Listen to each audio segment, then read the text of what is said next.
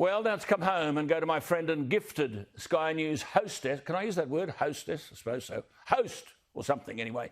Peta Credlin. Peter, good evening to you. You're allowed to use hostess with me. I'm delighted to be a hostess. Now, I want to dwell on this Victorian scene for just a moment. You've spoken about the Coates inquiry being misled. There's been an interim report, but under Section 90 of Victoria's Inquiries Act of 2014, it's an offence to make false or misleading statements or produce false or misleading documents. And there are penalties of up to 12 months in prison. Is there any indication that anyone is going to be charged? No, there's not. And there's no indication that Coate is even prepared to recall witnesses or call the people that haven't been called in the first place and test the veracity of the various different versions of the truth. Well, then, OK, no evidence there, so that they're going to do anything. Then you've got the Occupational Health and Safety Act, which provides for industrial manslaughter. If an unsafe workplace results in death, the penalty could be up to 25 years in jail. Now, the Chief of Worksafe Victoria is this bloke, Colin Radford.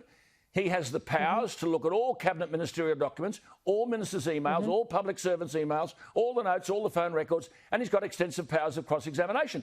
Has this fellow Radford stirred? Not that we're aware of. There's been a lot of complaints that have gone in to his authority. It has quite substantial powers, as you know, Alan. You've just gone through them. In fact, I'd have to say they're more substantial in terms of powers than a board of inquiry. It's not clear that any of that has been sought, that material the minister's put under pressure. It's not clear that there's any investigations going on, that it could be little more than a whitewash. Now, this bloke is the former Chief of Staff to two Labor Premiers. There are no secrets, I'm just saying to our viewers, Peter knows this, let me tell you, no secrets in the Victorian government that Radford does not have the power to uncover.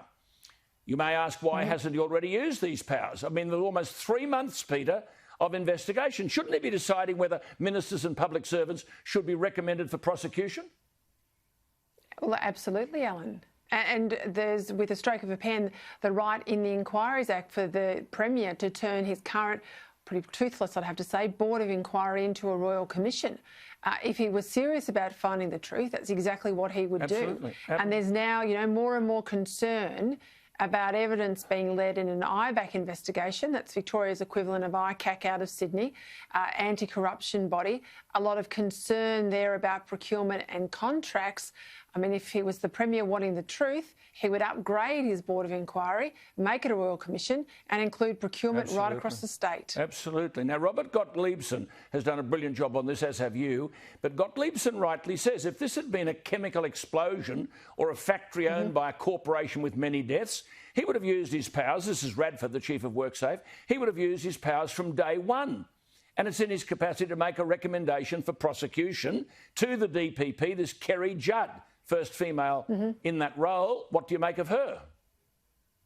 Well, I can't see that there's any movement there either. I mean, if this was a workplace that had lost 800 workers on a building site, the CFMEU would be shutting down Melbourne. They'd be marching in the street. The business wouldn't be open and there'd be blockades in the share market against them from activists and union super fund holders. I mean, this idea that somehow all of these ministers, only a matter of months ago, have forgotten everything that was ever decided. There happens not to be minutes. There's emails and evidence to Coate that doesn't get read and doesn't get put to witnesses. Witnesses appear as giving statements but not called to give oral testimony. It's just a circus. It is honestly just a circus. It is. Let me come back to this Public Inquiries Act. It is an offence to make false or misleading statements or produce false or misleading documents. Now, you've been through every which way of all of this. That is precisely what some of these people have done. Now, Andrews himself said, no, we were never offered.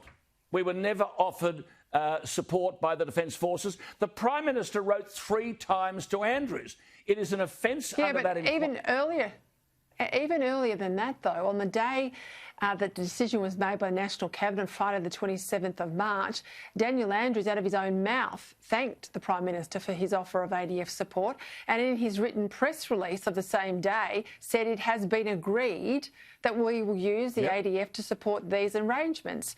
He followed it up again the next day on the Saturday, again referred to the ADF. And the one thing, and I worked for a Defence Minister, the one thing Defence are very good at is documentation. And in the Commonwealth submission to Coate, There are pages and pages of what's called sit reps. These are embedded military in Victoria, in Emergency Management Victoria, reporting back to Canberra every second day saying that, you know, thanks very much, but we've offered again. They don't want our help. They'll come back to us. Victoria Police have got this under control. Well, we know Victoria Police never had it under control because Victoria Police was never on the ground in these COVID hotels. Good on you. Well, Daniel Andrews, I can tell you, I most probably know this lady better than you do, Daniel Andrews. She ain't going away, and nor are we. I'm not going away. Absolutely. I just repeat, the Public Inquiries Act, it is an offence to make misleading statements or submit misleading documents. You told that inquiry, Daniel Andrews, that there'd be no offer from the Prime Minister, and he wrote at least 3 times to you offering Defence Force personnel. Where is Worksafe? Where are you, Mr Radford? A prosecution should be forthcoming. Good on you, Peter. We'll talk to you next week. Lovely to talk to you. You do a wonderful job. Bye, Alan. Bye-bye. There she is. Thank you. Peta Credlin, Bye-bye. back after the break.